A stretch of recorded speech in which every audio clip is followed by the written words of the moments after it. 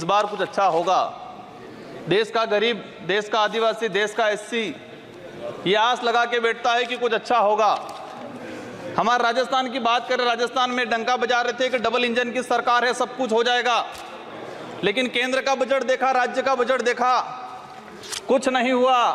और पूरा देश का एसटी, एससी, आदिवासी समुदाय हो, युवा हो, सब ये लग रहा है कि ये डबल इंजन की सरकार की दावा करने वाली इस बार का जो बजट है वो कहीं न कहीं सिर्फ बिहार का, कहीं न कहीं आंध्र प्रदेश का और सरकार बचाने का बजट साबित हुआ है।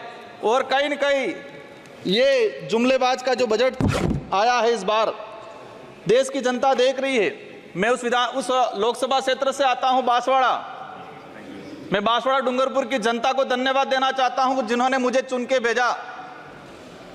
वहां पर हमारे प्रधानमंत्री जी ने कहा था कि जिसकी कोई पहचान नहीं है, जिसका कोई नाम नहीं है, जिसका कोई रिकॉर्ड नहीं है, ऐसे व्यक्ति को जिता के क्या करोगे।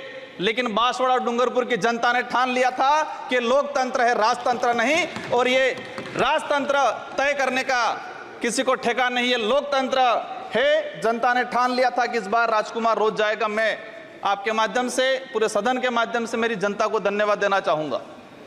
मोदी जी ने कहा था वहां के बड़े बुजुर्गों को कि घर घर जाके राम राम बोल देना और चुनाव जिताना। वहां के बड़े बुजुर्गों ने ठान लिया और कह दिया था, और मेरे माध्यम से और आपके माध्यम से संदेश पहुंचाया है उन तक। मुझे कहा था मोदी जी को कह देना कि देश के आदिवासियों को उजाड़ने का काम पिछले 10 सालों में हुआ है। देश के अंदर धर्म की राजनीति हुई है। देश में 15 लाख रुपए बेरोजगारों को नौकरी देंगे यूं करके 10 साल राज किया है। इस बार हम सबक सिखाएंगे। और उन्होंने मेरे माध्यम से मैसेज पहुंचाया है कि गुरु गोविंद की धरती है, मावजी महाराज की धरती है, संत सुरमाल महाराज की धरती है। मानगढ़ दाप में 1500 आदिवासी शहीद हुए थे। मोदी जी 2 बार आए, लेकिन मानगढ़ के लिए, आदिवासी समुदाय के लिए एक शब्द नहीं बोल के गए, कुछ नहीं करके गए। तो उन्होंने मैसेज पहुंचाया है कि आदिवासी समुदाय जाग गया है और अब वो आदिवासी समुदाय नहीं रहा जो बहका में आ जाएगा और वोट दे देगा। माननीय सभापति महोदय, जो वर्तमान स्थिति बनी है बजट के अंदर, मैंने देखा धातुओं का खनन को लेकर उद्योगपतियों को टैक्स में छूट दी गई। लेकिन ये खनन कहाँ हो रहा है? धरती पे हो रहा है, हमारे देश में हो रहा है, पहाड़ों में हो रहा है, जंगलों में हो रहा है। और वहां पर जीव जंतु रहता है और आदिवासी समुदाय भी रहता है। लेकिन आदिवासी के समय के आदिवासियों के लिए क्या प्रावधान किया गया?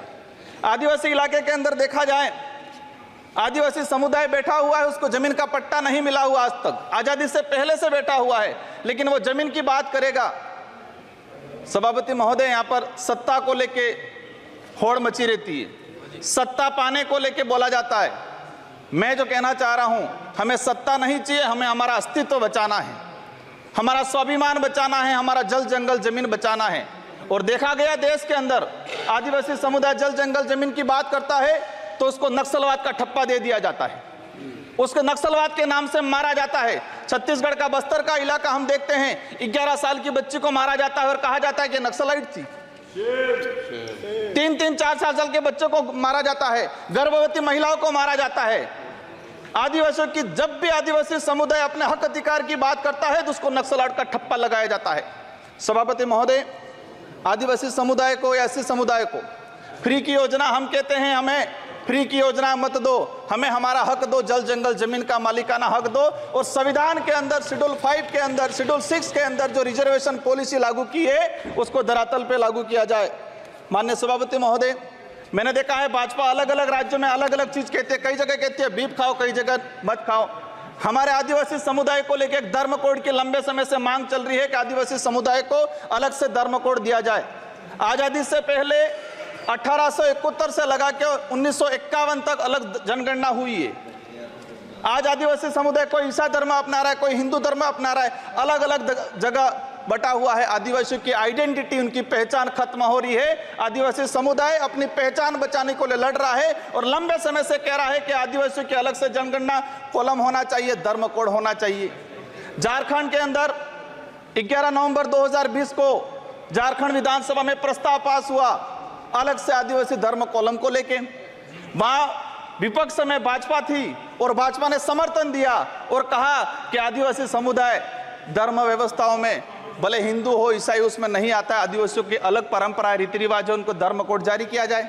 लेकिन राजस्थान में अलग तरीके से माहौल बनाया जाता है। हम कहते हैं हमें किसी धर्म में नहीं रहना है, हमको आदिवासी हैं, आदिवासी रहने दिया जाए।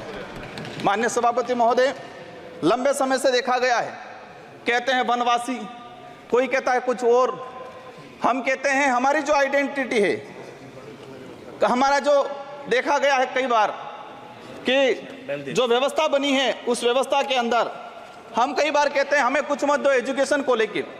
नई शिक्षा नीति, मुझे लग रहा है अभी घंटी बजने वाली है, मैं 2 मिनट में मेरा समाप्त करूंगा। नई शिक्षा नीति के तहत यह प्रावधान किया गया है कि 6 साल का बच्चा होगा, इसके बाद उसको पहली क्लास में एडमिशन दिया जाएगा। माननीय सभापति महोदय, मैं कहना चाह रहा हूं निजीकरण को बढ़ावा देने का तरीका है ताकि प्राइवेट संस्थाएं खत्म हो, सरकारी संस्थाएं खत्म हो, प्राइवेटकरण हो। ये